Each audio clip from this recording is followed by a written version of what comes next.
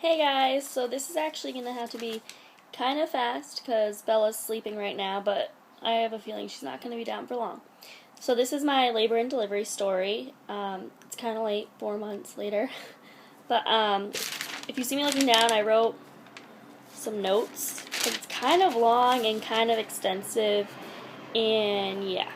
Okay, so it was January 17th, which was Thursday of this year, and I went in for my 34-week checkup. Just, the usual height, weight, how big she is, and all that stuff. So I go in, and the first thing you guys know is she does blood pressure and all that stuff. So the LNA took my blood pressure, and it was a tad bit high.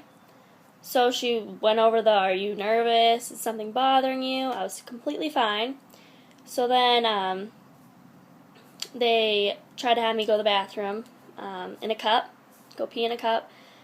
Of course I couldn't, just bad timing. And actually while I was in there, they told my boyfriend that I was going to have the baby then. And I didn't know this. So I couldn't pee in the cup. Then I didn't really know how serious this was because no one was really telling me. So I went back into the room. They checked my reflexes, my knees and my elbows, and they were crazy. Like, you even touch it and it went flying. So they did that, and then they had me wait in the waiting room, and they said that I wasn't going to be able to go back to work, and I wasn't going to be able to go back to work, and then I was probably going to be admitted. So I went to the waiting room, and then they were going to have me walk down once they had a bed, and all of a sudden they brought up a wheelchair, and they were going to wheel me down. So then I was kind of like, I'm completely fine, you know what I mean? Like, there's nothing wrong with me. Didn't think anything was wrong. So then I got down there, I was in triage, and that was 1 o'clock, my appointment, so I was probably in triage at like 1:45, and in triage, every 10 minutes they took my blood pressure, and when I got down there, it was 171 over 120, so that was kind of high, especially for my age. So then, from triage, a doctor came in, they had me go pee in a cup, they took my blood, and we waited for that to come back. And then I still didn't even know what was going on. So the doctor finally got the results back from my pee and my blood, and I had protein in my urine, and so that's preeclampsia. And what I thought they were going to do is just keep me on bed rest. I'm only 34 weeks, I still have 6 weeks to go, keep me on bed rest for as long as they could. That wasn't the case. It was really severe preeclampsia. My body was basically didn't want Bella anymore, didn't want her in it or anything.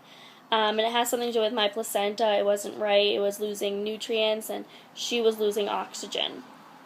Where was I? So the doctor came in, told me all that, and then no one came in until 5 o'clock. Oh yeah, they checked me. I was, what was I? I think I was 1 centimeter and 30% effaced.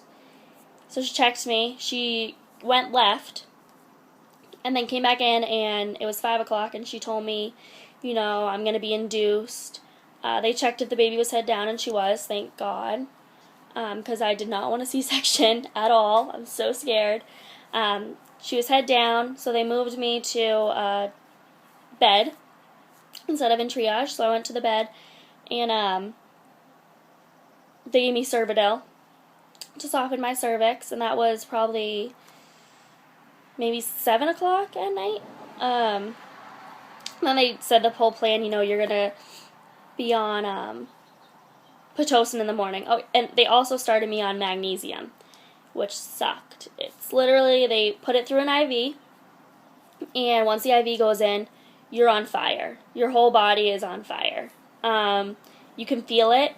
You can feel the magnesium going into your blood because you can feel it burning as it's going through your veins, and you feel it throughout your whole body. And then after that burning goes away, you're really, really hot. I remember being so hot. I had to take off my socks. I took off every piece of clothing that I basically could besides the gown. Took off my socks, took off the blankets, and they kept trying to have me put back on the socks, but I was so hot, so, burning. Like, the inside of me was burning.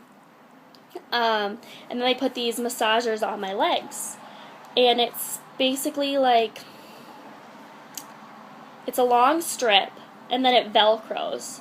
And it's plugged in, and it's almost like something's rotating in a circle all the way down your leg. And it was nice for the first 20 minutes, half an hour. It was like, oh, a little massage on my legs, no problem. When it's on for 24, 48 hours, you do not want those things on. I was sweating because of the magnesium. So it was plastic, the things that were on my legs. So it was sweat, and it was awful. I wanted those things off. And they were taking my blood pressure every 10 minutes. So now imagine it's 171 over 120. So that's how tight it's squeezing my arm. It was awful. And especially because it was on the arm that they needed to put the IV in.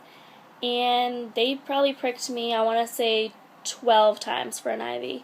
And it wouldn't work because I had so much water and I was so much bigger, they couldn't find my veins. But yeah, so that happened. And then I slept through the night.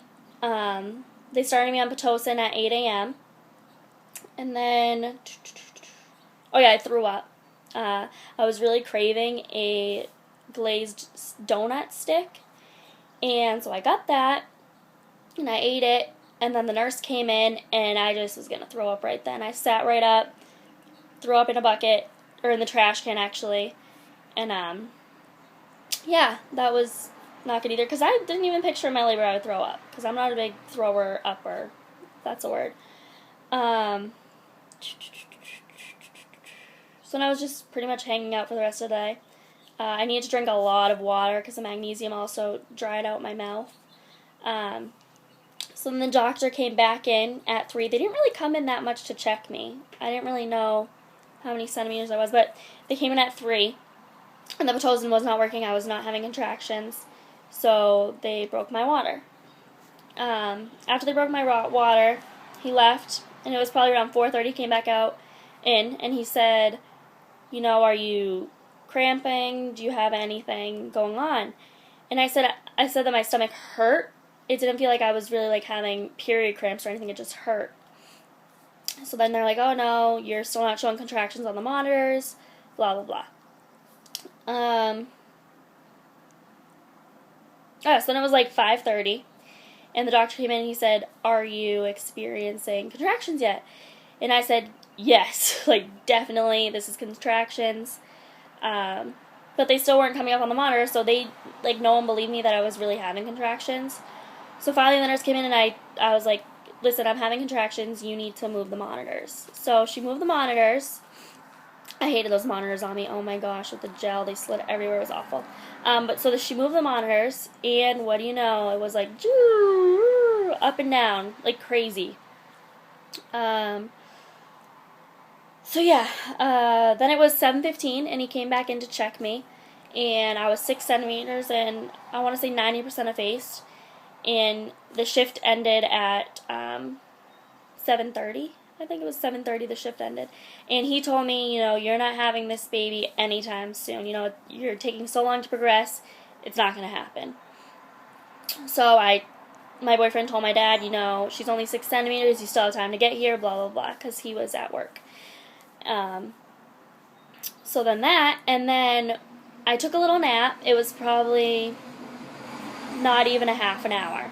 And I remember dreaming and feeling in my dream that I was pushing, and I actually had pushed already twice, and then I woke up, and the nurse was right beside my bed, and I looked at her, and I was just like, oh my god, I need to push. Like, this baby is coming right now. I need to push. So she called the doctor down, and since my daughter was a preemie, immediately probably 12 or 13 people came running into the room. So my body definitely knew what it was doing. It knew that baby was coming. So between 6 centimeters and delivery, it was probably 25 minutes to a half an hour, which was a big surprise for everyone. So I pushed for 5 minutes, and I want to say it was 4 pushes, and she was out at 7:42 on January 18th. And she was 4 pounds, 2.6 ounces, 17 inches long. She was great. I held her for like 5 to 10 minutes after all the nurses checked her and everything. I got to hold her, and then they actually had to bring her down to the NICU, or what they call it. There is a special care nursery. So she went down there. They got her all ready. And then after that, my boyfriend was allowed to go down, and anyone could go down except for me because I was on magnesium, so I couldn't even stand up or anything. I literally felt like someone had beaten the crap out of me. So then I slept, and then I got to come off of... Oh, you know what I forgot to tell you? I was on Nubane. At 6 centimeters, I asked for Nubane, so they put me on Nubane. So I did get Nubane, and that was great. That's why I took the nap, and then I woke up saying that I was being pushed. But anyways, so they took me off magnesium at 8 p.m. the next day, because after delivery, it needs to be 24 hours, and then you can come off the magnesium. So then after... Actually, I think it was the next morning after I had her, I got to go down to,